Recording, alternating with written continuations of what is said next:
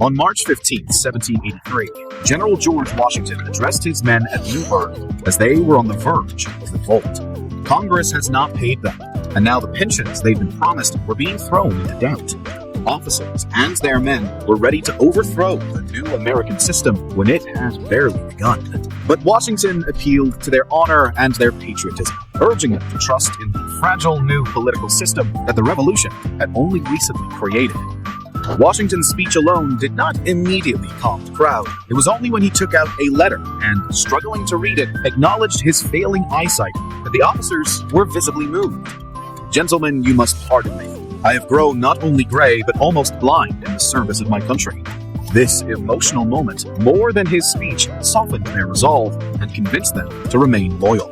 The Revolutionary War was won, but building a new nation from the ashes would be an immense challenge.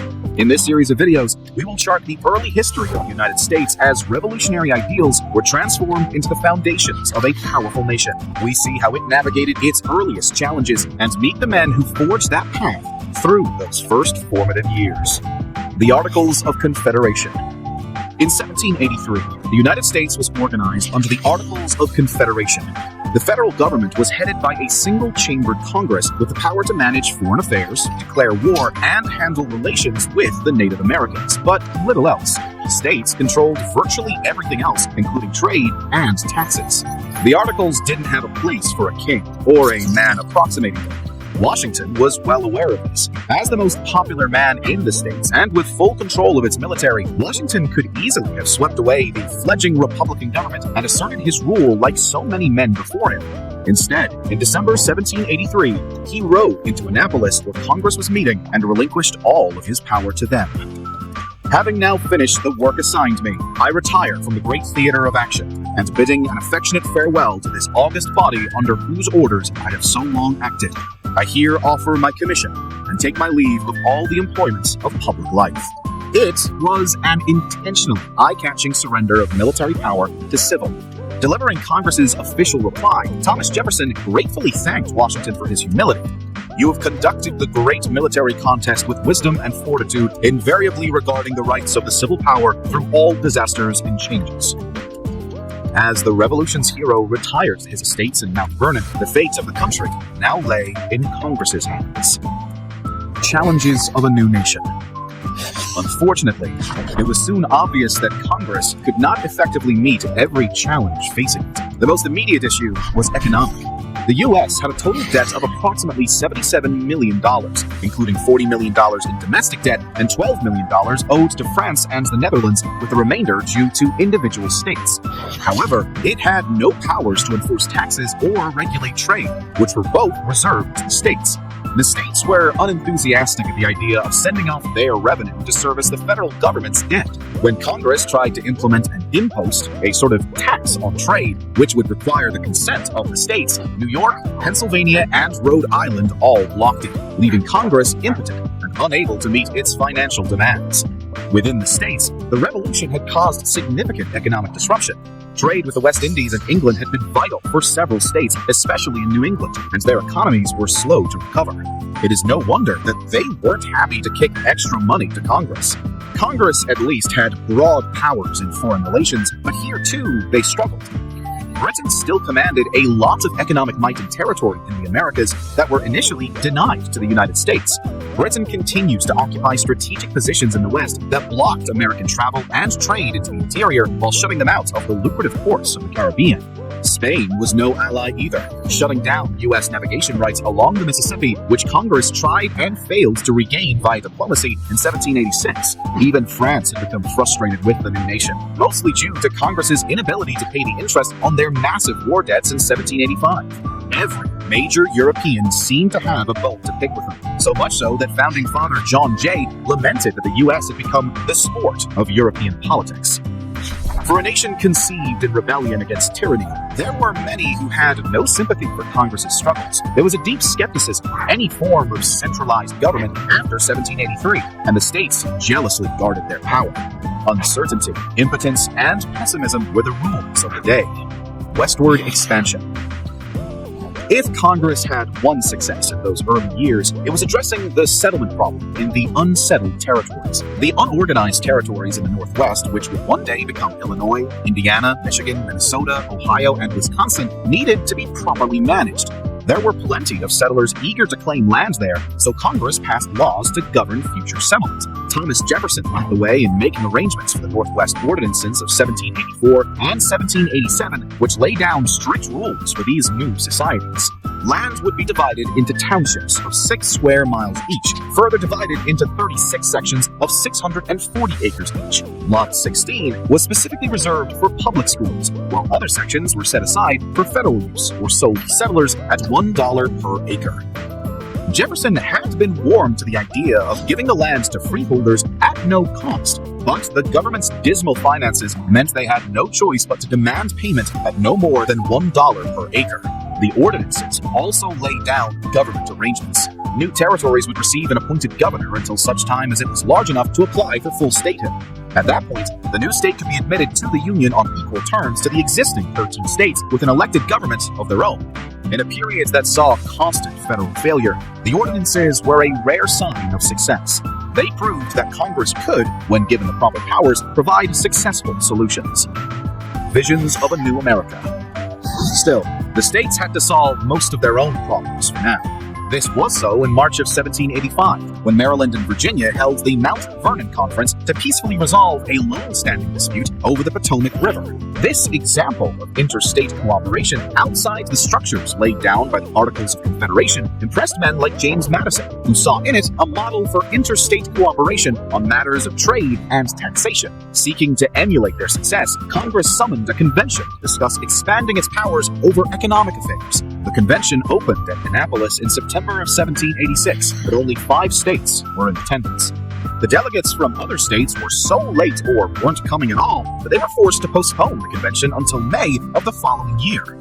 Angry at high taxes, economic depression, foreclosures on farms, and the refusal to issue paper currency, farmers and veterans in Massachusetts took up arms against the state government. Shays' Rebellion, named for one of its leaders, Daniel Shays, proved that the current American system was unworkable. Common people were so unhappy that they were rising up in revolt, while Congress had virtually no effective power to respond to them. Massachusetts state militia were called in to put down the rebels, which they did after a series of small clashes by February 1787. Although it did not last long and left only 9 people dead, Shays' Rebellion shattered confidence in the Articles of Confederation across the colonies. Change was desperately needed before far worse unrest could break out. The Constitutional Convention. It was in this mindset that the 55 delegates of the Constitutional Convention met at Philadelphia in May 1787.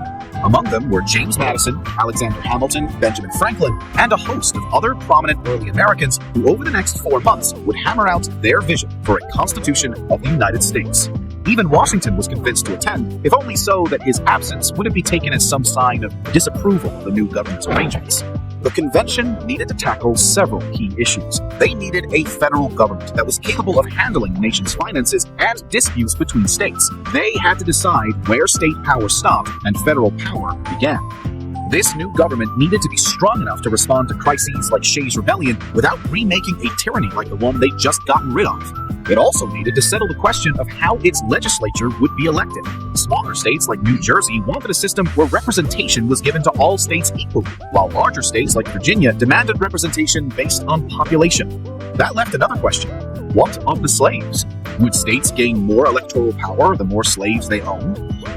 The system they devised is one of the most famous and long-standing political systems in history. The Constitution of the United States called for 3 branches of government: a legislature to make laws, an executive to implement them, and a judiciary to adjudicate them. Each branch was designed to check and balance the others. Each branch also had strictly enumerated powers, and anything not explicitly given to them in the Constitution belonged to the states by default. To compromise between the demands of large and small states, the legislature and Congress would be split into the House of Representatives, with power given to states based on population, and the Senate, where all states received 2 senators each. As for slaves, they would be counted as 3/5 of a white person when it came to allocating state representation based on population. The slaving states like South Carolina had wanted full representation to boost their power, but anti-slavery states managed to talk them down. On September 17, 1787, 39 delegates, including Washington, Franklin, Madison, and Hamilton, signed the final draft of the Constitution. Ratification. The Constitution still required ratification by at least 9 of the 13 states in order to become law. The nation was soon divided between Federalists who backed the new Constitution and the Anti-Federalists who opposed it. Critics of the Constitution argued that it took too much power away from the states and created a new tyranny in the federal government. Others argued that the system did not do enough to empower common people and would be ruled by a narrow class of political elites. Supporters countered that the new Constitution would provide the federal government only with the necessary powers to avoid the paralysis that had plagued it under the current articles. Madison, Hamilton, and John Jay published a collection of essays known as the Federalist Papers, which not only sought to gain support for the Constitution, but also laid out key principles of federalism, checks and balances, and separation of powers that would shape the nation's governance. Delaware was the first state to ratify the Constitution on December 7, 1787. Pennsylvania followed 5 days later, and New Jersey 5 days after that. Georgia and Connecticut ratified in January of 1788. Massachusetts did the same in February after intense debate, with the backing of revolutionary icons like Samuel Adams, John Hancock, and Paul Revere probably tipped the balance for the Federalists. Maryland went in April, South Carolina in May, and with New Hampshire's ratification on June 21, 1788, the Constitution had its 9-state backing. Virginia, New York, and North Carolina would ratify by the end of 1789, leaving only Rhode Island, who wouldn't settle on support until May 1790. The framers had enough support for their Constitution to get to work. The first presidential election was conducted through the Electoral College, where state legislatures chose electors who then cast votes for the presidency. Most citizens did not vote directly in this system. There was never any question over who would win. George Washington was the most popular figure in the United States, with a proven track record of loyalty, discipline, and humility that was perfect for a fragile new government concerned about ensuring the limits of its own power. Washington was elected unanimously by the delegates and sworn in as the first president of the United States on April 30th, 1789. He faced the task of leading a new nation with an untested political system, from an office whose powers were not fully defined yet, in a world where democratic republics on this scale were unheard of. The great American experiment had difficult days ahead if it wanted to survive. If you'd like to help us keep creating and get early access to our videos, behind-the-scenes content, and other perks, consider becoming a member right here on YouTube or joining us on Patreon. Every bit of support helps. And as always, thank you so much for watching.